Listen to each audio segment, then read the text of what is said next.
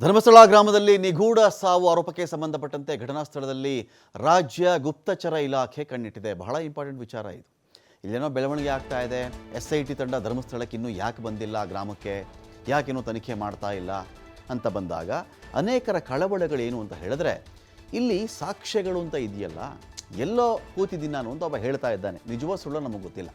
ಕೂತಿದ್ದೀನಿ, ಸುಟ್ಟು ಹಾಕಿದ್ದೀನಿ ಅಂತ ಹೇಳ್ತಾ ಇದ್ದಾನಲ್ಲ, ಈ ವ್ಯಕ್ತಿಗೆ ಸಂಬಂಧಪಟ್ಟಂತೆ ಇದು ವಿಳಂಬ ಆದಷ್ಟು ಹೆಚ್ಚು ಕಡಿಮೆ ಜುಲೈನ ಆದಿ ಭಾಗದಲ್ಲಿ ಅವನು ಹೇಳ್ದ, ಜೂನ್ ಅಂತ್ಯ ಭಾಗದಲ್ಲಿ ಈ ವಿಚಾರದ ಬಗ್ಗೆ ಬೆಳಕು ಚೆಲ್ಲಕ್ಕೆ ಶುರುವಾಗಿದ್ದ. ಜುಲೈ ಆದಿ ಭಾಗದಲ್ಲಿ ಹೇಳಿದಾಗ ಜುಲೈ ತಿಂಗಳ ಅಂತ್ಯಕ್ಕೆ ಇದು ಬರ್ತಾ ಇದ್ದಾಗ ಈ ವಿಷಯವನ್ನು ಮನಗಂಡಿರ್ತಕ್ಕಂಥವ್ರು, ಒಂದು ವೇಳೆ ಇವನು ಹೇಳಿದ್ದ ಮಾತಿನ ಪ್ರಕಾರ ನಿಜವೇ ಆಗಿದ್ದರೆ ಕೊಲೆ ಮಾಡಿದವರೋ ಅಥವಾ ಹೆಣಗಳನ್ನು ಹೂಳು ಎಂದವರೋ ಹೆಣವನ್ನು ನಾಶ ಮಾಡು ಎಂದವರೋ ಈಗ ಅಲರ್ಟ್ ಆಗಿ ಅವರು ಗೊತ್ತಿರುತ್ತಲ್ಲ ಯಾವ್ಯಾವ ಜಾಗದಲ್ಲಿ ನಾನು ಅದನ್ನು ಹೂತಾಕ್ಸಿದ್ದೆ ಅಂಥೇಳಿ ಅಲ್ಲಿ ಹೋಗಿ ಸಾಕ್ಷ್ಯನಾಶ ಮಾಡಬಹುದೇನೋ. ಇಂಥ ಅನುಮಾನಗಳು ಸಹಜ. ಇಂಥ ಅನುಮಾನ ಬರೋದು ತುಂಬ ಸಹಜ ಇದೆ. ಈ ವಿಚಾರದಲ್ಲಿ ಏನಾಗಿದೆ, ಗುಪ್ತಚರ ಇಲಾಖೆ ಧರ್ಮಸ್ಥಳ ಗ್ರಾಮಕ್ಕೆ ಸಂಬಂಧಪಟ್ಟಂತೆ ಹದ್ದಿನ ಕಣ್ಣಿಟ್ಟಿದೆ. ಅಲ್ಲಿ ಅಕಸ್ಮಾತ್ ಆ ಕಡೆ ಈ ಕಡೆ ಬದಲಾವಣೆಗಳಾಗ್ತಾವ, ಯಾರಾದರೂ ಗುಂಪು ಸೇರ್ತಾ ಇದ್ದಾರಾ, ಒಂದಷ್ಟು ಸಮಾಧಿಗಳ ಕಡೆಗೆ, ನಿಗೂಢ ಅರಣ್ಯಗಳ ಕಡೆಗೆ, ಆ ಭಾಗದಲ್ಲಿ ಯಾರಾದರೂ ಹೆಣ ಹೂತಾಕಿದರೆ ಆ ಕಡೆಗೆ ಜನಗಳ ಮೂಮೆಂಟ್ ಏನಾದರೂ ಇದೆಯಾ, ಎಲ್ಲದರ ಬಗ್ಗೆ ಕೂಡ ಗುಪ್ತಚರ ಇಲಾಖೆ ಕಣ್ಣಿಟ್ಟಿದೆ.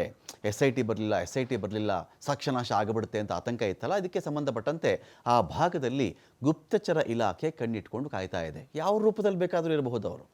ಗುಪ್ತಚರ ಇಲಾಖೆ ಅಲ್ಲೊಬ್ಬ ಗ್ರಾಮಸ್ಥನ ರೂಪದಲ್ಲೂ ಇರಬಹುದು, ಯಾವುದೋ ಅಂಗಡಿಗೆ ಬಂದು ಒಂದು ಥರ ಇರಬಹುದು, ಯಾವುದೋ ಹೋಟೆಲ್ ರೂಮ್ ಮಾಡ್ಕೊಂಡಿರಬಹುದು, ಮಾಹಿತಿ ಕಲೆ ಹಾಕ್ತಾ ಇರ್ಬೋದು, ನಮಗೆ ಗೊತ್ತಿಲ್ಲ, ವಿ ಡೋಂಟ್ ನೋ. ಇದೊಂದು ರಹಸ್ಯ ಕಾರ್ಯಾಚರಣೆ ಕೂಡ ಮಾಡ್ತಾ ಇದೆ. ಮಫ್ತಿಯಲ್ಲಿ ಕಾರ್ಯಾಚರಣೆ ಮಾಡ್ತಾ ಇದ್ದಾರೆ ಗುಪ್ತಚರ ಇಲಾಖೆ ಅಧಿಕಾರಿಗಳು.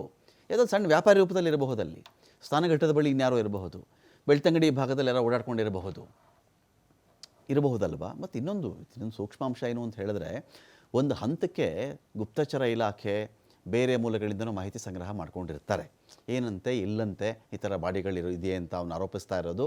ಒಂದು ಹಂತಕ್ಕಂತೂ ಗುಪ್ತಚರ ಇಲಾಖೆಗೆ ಮಾಹಿತಿ ಇರುತ್ತೆ. ಆ ಭಾಗದಲ್ಲಿ ಚಲನವಲನದ ಮೇಲೆ ಇವರು ಕಣ್ಣಿಟ್ಟಿರ್ತಾರೆ. ಪ್ರಕರಣದ ಸತ್ಯಾಸತ್ಯತೆ ಬಗ್ಗೆ ಮಾಹಿತಿ ಸಂಗ್ರಹ ಮಾಡ್ತಾ ಇದ್ದಾರೆ. ಇವನು ಹೇಳಿದ್ದಲ್ಲ ನಿಜಾನಾ ಇಲ್ಲ ಕಟ್ಟು ಕಥೆಗಳ ಮೂಟೆನಾ ಇದು ಅಂತ ಅವರು ಕೂಡ ಚೆಕ್ ಮಾಡ್ತಾ ಇರ್ತಾರೆ. SIT ತನಿಖೆಗೆ ಪೂರ್ವಾಪರ ಪರಿಣಾಮಗಳ ಬಗ್ಗೆ ಮಾಹಿತಿ ಸಂಗ್ರಹ ಮಾಡ್ತಾ ಇದ್ದಾರೆ.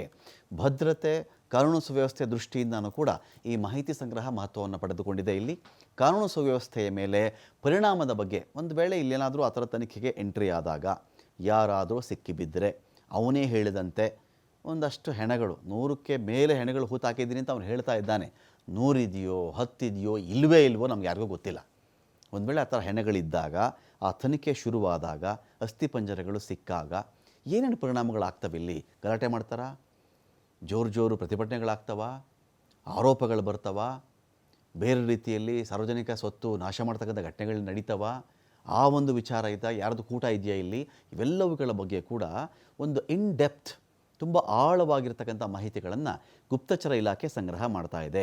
ಲಾ ಆ್ಯಂಡ್ ಆರ್ಡರ್, ಕಾನೂನು ಮತ್ತು ಸುವ್ಯವಸ್ಥೆ ಎಲ್ಲಿಯೂ ಕೂಡ ಫೇಲ್ ಆಗಬಾರ್ದು, ಆ ರೀತಿ ನೋಡ್ಕೊಳ್ಬೇಕು ಅಂತ ಕೂಡ ಒಂದು ತಯಾರಿ ಆಗ್ತಾ ಇದೆ. ಆ ತರಹದ ಎಲಿಮೆಂಟ್ಗಳು ಒಂದು ವೇಳೆ ಕಂಡು ಬಂದರೆ, ಯಾರೋ ಫೋನಲ್ಲಿ ಯಾರ ಜೊತೆನೂ ಮಾತಾಡ್ತಾನೆ, ಈ ಥರ ಆಗ್ತಾ ಇದೆ, ನಾವು ಹಿಂಗೆ ಮಾಡಬೇಕು, ಒಂದು ಎಕ್ಸಾಂಪಲ್ಗೆ ಹೇಳ್ತಾ ಇದ್ದೀನಿ, ಈ ಥರ ಹಿಂಗೆ ಮಾಡಬೇಕು, ಗಲಾಟೆ ಮಾಡಬೇಕು, ಈ ತನಿಖೆ ಹಾಕಕ್ಕೆ ಬಿಡಬಾರ್ದು, ಏನೋ ಒಂದು ಈ ಥರದ್ದಿದ್ದಾಗ ಫೋನಲ್ಲಿ ಮಾತಾಡ್ತಾ ಇದ್ದಾನ, ಟೀ ಅಂಗಡಿಲಿ ಮಾತಾಡ್ತಾ ಇದ್ದಾನ, ಹೋಟೆಲಲ್ಲಿ ಮಾತಾಡ್ತಾ ಇದ್ದಾನ, ಊರಲ್ಲಿ ಚರ್ಚೆ ನಡೀತಾ ಇದೆಯಾ, ಯಾವ್ಯಾವ ಗ್ರೂಪ್ಗಳು ಈ ಥರ ಮಾತಾಡ್ತಿರಬಹುದು, ಯಾವ್ಯಾವ ಮುಖಂಡರು ಇದ್ದಾರೆ ಇದರ ಹಿಂದೆ, ಈ ತರಹದೊಂದಷ್ಟು ಮಾಹಿತಿಯನ್ನು ಇಟ್ಕೊಂಡು ಗುಪ್ತಚರ ಇಲಾಖೆ SIT ಎಂಟ್ರಿ ಆಗಲಿಕ್ಕಿಂತ ಮುಂಚಿತವಾಗಿಯೇ ಒಂದಷ್ಟು ನೋಟ್ಸನ್ನು ಮಾಡ್ಕೊಳ್ತಾ ಇದ್ದಾರೆ ಅವರು. ಭದ್ರತೆ ಹಾಗೂ ಮೀಸಲು ಪಡೆಯ ನಿಯೋಜನೆ ಇದರಲ್ಲಿ ಆಗಬೇಕಾ, ಇಲ್ಲಿ ಒಂದು ದೊಡ್ಡ ಪಡೆ ನಿಯೋಜನೆ ಆಗಬೇಕಾಗತ್ತಾ ಈ ತನಿಖೆಗಿಂತ ಮುಂಚೆ ಅಂತ ಕೂಡ ಇಲ್ಲಿ ಪರಿಶೀಲನೆ ನಡೀತಾ ಇದೆ. ಡೀಟೇಲ್ಸ್ಕೊಳ್ಳಿಕ್ಕೆ ಇದೀಗ ಆದಿತ್ಯ ಇದ್ದಾರೆ. ಆದಿತ್ಯ, ಗುಪ್ತಚರ ಇಲಾಖೆ ಎಲ್ಲರ ಆತಂಕ ಏನಿತ್ತು ಅಂತ ಹೇಳಿದ್ರೆ, SIT ಇಲ್ಲಿಗೆ ಬರಲಿಕ್ಕಿಂತ ಮುಂಚಿತವಾಗಿಯೇ ವಿಳಂಬ ಆಗ್ತಾ ಇದೆ. ಮೊದಲು ಸರ್ಕಾರ ಈ ಥರ ಒಬ್ಬ ಬಂದು ಹೇಳಿದ ತಕ್ಷಣ SIT ರಚನೆ ಮಾಡಲಿಲ್ಲ, ಸಾಕಷ್ಟು ದಿನಗಳ ಕಾಲ ಟೈಮ್ ತೊಗೊಂಡೆ SIT ರಚನೆ ಆಗಿದೆ. ಇಲ್ಲಿ ಅವ್ರು ಬರಲಿಕ್ಕಿಂತ ಮುಂಚೆ ಇಲ್ಲಿ ಏನೇನೋ ಆಗ್ಬಿಡುತ್ತೇನೋ, ಸಾಕ್ಷ್ಯನಾಶ ಆಗಿಬಿಡುತ್ತೇನೋ, ಯಾರೋ ಸಮಾಧಿ ಅಗೆದು ಬಿಡ್ತಾರೇನೋ, ಯಾವುದೋ ಒಂದಷ್ಟು ಎವಿಡೆನ್ಸ್ಗಳ ಡೆಸ್ಟ್ರಾಯ್ ಆಗುತ್ತೇನೋ ಅಂತ ಒಂದು ಆತಂಕ ಇತ್ತು. ಇದಕ್ಕಿಂತ ಮುಂಚೆನೇ, ಬಿಫೋರ್ SITನೇ ಇಲ್ಲಿ ಆಲ್ರೆಡಿ ಗುಪ್ತಚರ ಇಲಾಖೆ ಕೆಲಸಕ್ಕೆ ಇಳಿದುಬಿಟ್ಟಿದೆಯಾ ಅಲ್ಲಿ ಅಂತ? ಹೌದು ರಮಕಾಂತ್, ನಿಜವಾಗ್ಲೂ ಈಗಾಗಲೇ ರಾಜ್ಯ ಗುಪ್ತಚರ ಇಲಾಖೆ ಧರ್ಮಸ್ಥಳದಲ್ಲಿ ಈ ಒಂದು ತನಿಖೆಗೆ ಪ್ರಕರಣಕ್ಕೆ ಸಂಬಂಧಪಟ್ಟ ಹಾಗೆ ಅಖಾಡಕ್ಕೆ ಇಳಿದು ಅವರ ಒಂದು ಮಾಹಿತಿಗಳನ್ನು ಅವರು ಕಲೆ ಹಾಕ್ತಾ ಇದ್ದಾರೆ. ರಾಜ್ಯ ಸರ್ಕಾರಕ್ಕೂ ಕೂಡ ಕ್ಷಣದ ಅಪ್ಡೇಟ್ ಅನ್ನು ಕೂಡ ನೀಡ್ತಾ ಇದ್ದಾರೆ. ಯಾಕಂದರೆ SITಗೆ ಈಗಾಗಲೇ ಈ ಪ್ರಕರಣ ಹಸ್ತಾಂತರ ಆಗಿದೆ. SITಗೆ ಹಸ್ತಾಂತರ ಆಗುವ ಮುನ್ನ ಕೂಡ ದಕ್ಷಿಣ ಕನ್ನಡ ಜಿಲ್ಲೆಯ ಪೊಲೀಸ್ ಇಲಾಖೆ ಮೇಲೆ ಇದ್ದ ಆರೋಪ ಏನು ಅಂದರೆ ಇವರು ತನಿಖೆಯನ್ನು ವಿಳಂಬ ಮಾಡ್ತಾ ಇದ್ದಾರೆ, ತನಿಖೆಯ ಪ್ರಕ್ರಿಯೆಯನ್ನು ವಿಳಂಬ ಮಾಡ್ತಾ ಇದ್ದಾರೆ, ಮಹಜರು ಮಾಡ್ತಾ ಇಲ್ಲ ಅಂತ ಆದಂಥ ಸಂದರ್ಭ ಆರೋಪಿಗಳು ಯಾರಾದರೂ ಇದ್ದರೆ ಅವ್ರಿಗೆ ಈಗಾಗಲೇ ಒಂದು ಮಾಹಿತಿ ರವಾನೆ ಆಗಿರುತ್ತೆ, ಅವರು ಸಾಕ್ಷಿನಾಶ ಮಾಡುವಂಥ ಸಾಧ್ಯತೆಗಳು ಕೂಡ ಇದೆ.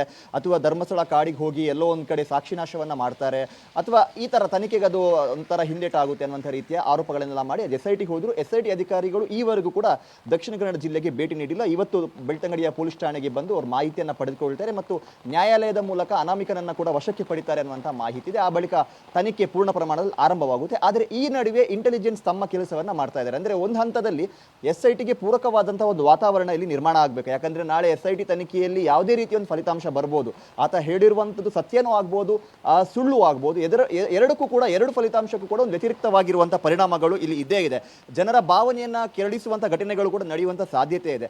ಹಾಗಾಗಿ ತನಿಖೆಯ ಫಲಿತಾಂಶ ಏನು ಬಂದರೂ ಕೂಡ ಕಾನೂನು ಸುವ್ಯವಸ್ಥೆಗೆ ಧಕ್ಕೆ ಆಗದ ರೀತಿಯಲ್ಲಿ SIT ತನಿಖೆಯಿಂದ ಯಾವುದೇ ಧಕ್ಕೆ ಆಗದೇ ಇರುವಂಥ ರೀತಿಯಲ್ಲಿ ಏನೆಲ್ಲ ತಯಾರಿಗಳನ್ನು ಮಾಡ್ಕೋಬೇಕು ರಾಜ್ಯ ಸರ್ಕಾರ, ಲಾ ಆ್ಯಂಡ್ ಆರ್ಡರ್ ಫೇಲ್ ಆಗದೇ ಇರುವಂಥ ನಿಟ್ಟಿನಲ್ಲಿ ಏನೆಲ್ಲ ತನಿಖೆಗಳನ್ನು ಮಾಡ್ಕೋಬೇಕು, ಏನೆಲ್ಲ ತಯಾರಿಗಳನ್ನು ಮಾಡ್ಕೋಬೇಕು ಅನ್ನುವಂಥದ್ದು ಎಲ್ಲ ಒಂದು ಕ್ಷಣದ ಮಾಹಿತಿಯನ್ನು ಕೂಡ ಗುಪ್ತಚರ ಇಲಾಖೆ ರಾಜ್ಯ ಸರ್ಕಾರಕ್ಕೆ ನೀಡ್ತಾ ಇದೆ. ಸೊ ಈ ಮಾಹಿತಿ ಆಧಾರದಲ್ಲಿ ನಾಳೆ ಪೂರ್ಣ ಪ್ರಮಾಣದಲ್ಲಿ SIT ಅಧಿಕಾರಿಗಳು ಧರ್ಮಸ್ಥಳಕ್ಕೆ ಬಂದು ತನಿಖೆಯನ್ನು ಆರಂಭ ಮಾಡಿದರೆ, ಉತ್ಖನನ ಅನ್ನುವಂಥದ್ದು ಆದರೆ ಅಲ್ಲಿ ಎಷ್ಟರ ಮಟ್ಟಿಗೆ ಭದ್ರತೆಯನ್ನು ನಿಯೋಜನೆ ಮಾಡಬೇಕು ಮತ್ತು ಧರ್ಮಸ್ಥಳ ಗ್ರಾಮದ ಸುತ್ತಮುತ್ತ ಯಾವೆಲ್ಲ ಸೂಕ್ಷ್ಮ ಪ್ರದೇಶಗಳು ಇದೆ, ಇಲ್ಲಿ ವಾತಾವರಣ ಯಾವ ಥರ ಇದೆ, ಜನರ ಮನಸ್ಥಿತಿ ಯಾವ ಥರ ಇದೆ, SIT ತನಿಖೆ ಬಗ್ಗೆ ಅವರು ಏನು ಹೇಳ್ತಾ ಇದ್ದಾರೆ, ನಾಳೆ ತನಿಖೆಯ ಫಲಿತಾಂಶದ ಬಗ್ಗೆ ಅವರ ಅಭಿಪ್ರಾಯಗಳು ಏನು, ಅವ್ರು ಯಾವ ಥರ ರಿಯಾಕ್ಟ್ ಆಗ್ತಾರೆ, ಯಾವ ಥರ ರಿಯಾಕ್ಟ್ ಮಾಡ್ತಾರೆ, ಎಲ್ಲ ಮಾಹಿತಿಯನ್ನು ಕೂಡ ಜನರ ನಡುವೆ ಇದ್ದು ಗುಪ್ತಚರ ಇಲಾಖೆಯವರು ಮಫ್ತಿಯಲ್ಲಿ ಜನರ ನಡುವೆಯಲ್ಲೇ ಇದ್ದು ಅವರೆಲ್ಲ ಮಾಹಿತಿಯನ್ನು ಸಂಗ್ರಹ ಮಾಡ್ತಾ ಇದ್ದಾರೆ. ಅದು ದೇವಸ್ಥಾನದ ಭಕ್ತರು ಆಗಿರಬಹುದು ಅಥವಾ ಗ್ರಾಮಸ್ಥರ ನಡುವೆ ಒಬ್ಬ ಗ್ರಾಮಸ್ಥರಾಗಿಯೂ ಕೂಡ ಅವರು ಮಾಹಿತಿಯನ್ನು ಪಡೆದುಕೊಳ್ತಾ ಇದ್ದಾರೆ. ಕ್ಷಣದ ಮಾಹಿತಿಯನ್ನು ರಾಜ್ಯ ಸರ್ಕಾರಕ್ಕೆ ನೀಡ್ತಾ ಇದ್ದಾರೆ. ಸೊ SIT ಬರುವ ಮುನ್ನ ಇಲ್ಲಿ ಬೇಕಾಗಿರುವಂಥ ಒಂದು ಬೇಸ್ ಏನೊಂದು ಫಾರ್ಮ್ ಮಾಡಬೇಕು, ಇಲ್ಲಿ ತನಿಖೆಗೆ ಪೂರಕವಾಗಿರುವಂಥ ಭದ್ರತೆ ಆಗಿರ್ಬೋದು, SIT ಅಧಿಕಾರಿಗಳಿಗೆ ಬೇಕಾಗಿರುವಂಥ ವ್ಯವಸ್ಥೆಗಳಾಗಿರ್ಬೋದು, ಎಲ್ಲದರ ಬಗ್ಗೆ ಮಾಹಿತಿಯನ್ನು ಕಲೆ ಹಾಕಿ ರಾಜ್ಯ ಸರ್ಕಾರಕ್ಕೆ ನೀಡ್ತಾ ಇದ್ದಾರೆ. ಒಟ್ಟಾರೆ ಇವರ ಉದ್ದೇಶ ಏನು ಅಂದರೆ ಯಾವುದೇ ಕಾರಣಕ್ಕೂ ಕೂಡ ನಾಡಿನ ದಿವಸ ಇಂಟೆಲಿಜೆನ್ಸ್ ಫೇಲ್ ಆಯಿತು ಅನ್ನುವಂಥ ಒಂದು ಮಾತು ಬರಬಾರ್ದು, ಅಥವಾ ಲಾ ಆ್ಯಂಡ್ ಆರ್ಡರ್ ಫೇಲ್ ಆಯಿತು, ಗುಪ್ತಚರ ಇಲಾಖೆಯವರಿಗೆ ಮಾಹಿತಿ ಇರಲಿಲ್ವಾ, ಈ ಥರ ಎಲ್ಲ ಕಂಪ್ಲೇಂಟ್ಸ್ ಬರಬಾರ್ದು ಅನ್ನುವಂಥ ರೀತಿಯಲ್ಲಿ ಅವರು ಅಲರ್ಟ್ ಆಗಿದ್ದಾರೆ. ಸ್ವತಃ ರಾಜ್ಯ ಸರ್ಕಾರದ ಮುಖ್ಯಸ್ಥರೇ ಪ್ರಮುಖವಾಗಿ ಕ್ಷಣದ ಮಾಹಿತಿಯನ್ನು ಪಡೆದುಕೊಳ್ತಾ ಇದ್ದಾರೆ ಅನ್ನೋ ಮಾಹಿತಿ ಕೂಡ ಇದೆ. Ramakant, thank you Aditya.